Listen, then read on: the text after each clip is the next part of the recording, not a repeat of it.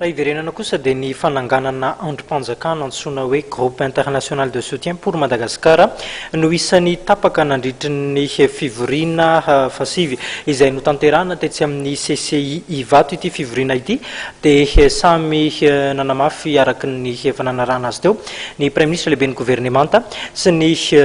Prime Ministre lefitra misahana ny indostria Andriamatoa Boutsaza. Zava-dehibe ho izy ireo izany fivoriana tanterahana eto amin'ny tany sy ny firenena izany. Azo heverina indray aorianan'io fa heverina ny fatokisan'ireo firenena vahiny any Madagasikara taorianan'izay krizy nolalovana teto amin'ny firenena izay.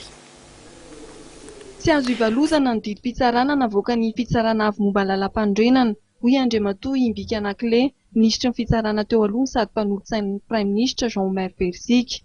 Didy izay miantso amin'ny fifidianana fitsipika anatin'ny antenimieram-pirenena.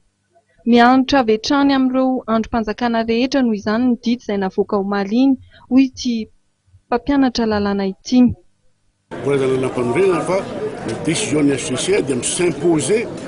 amin'ny toute administration, toute organisation juridictionnelle. Nazana tsy zany la vérité mandeha ndray fa ny fotoana ny zany ny règlement intérieur dia tsy maintsy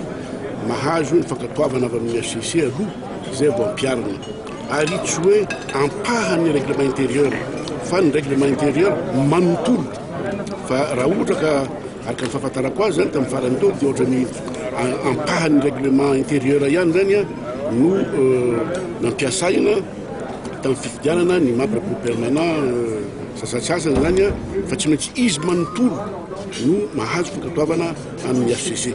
ary tsy maintsy règlement intérieur mbola en vigueur le règlement intérieur tamin'ny fotoana izay efa ohatra hoe règlement intérieur tamin'ny assemblée teo aloha nefa aveo ny CT le CT nefa aveo fa tsy tsony fa tsy maintsy règlement intérieur en vigueur ary izy manontolo no alefa angatahana ny fankatoavana any amin'ny HCC zay no anaovana ny fifidianana ny membre permanent.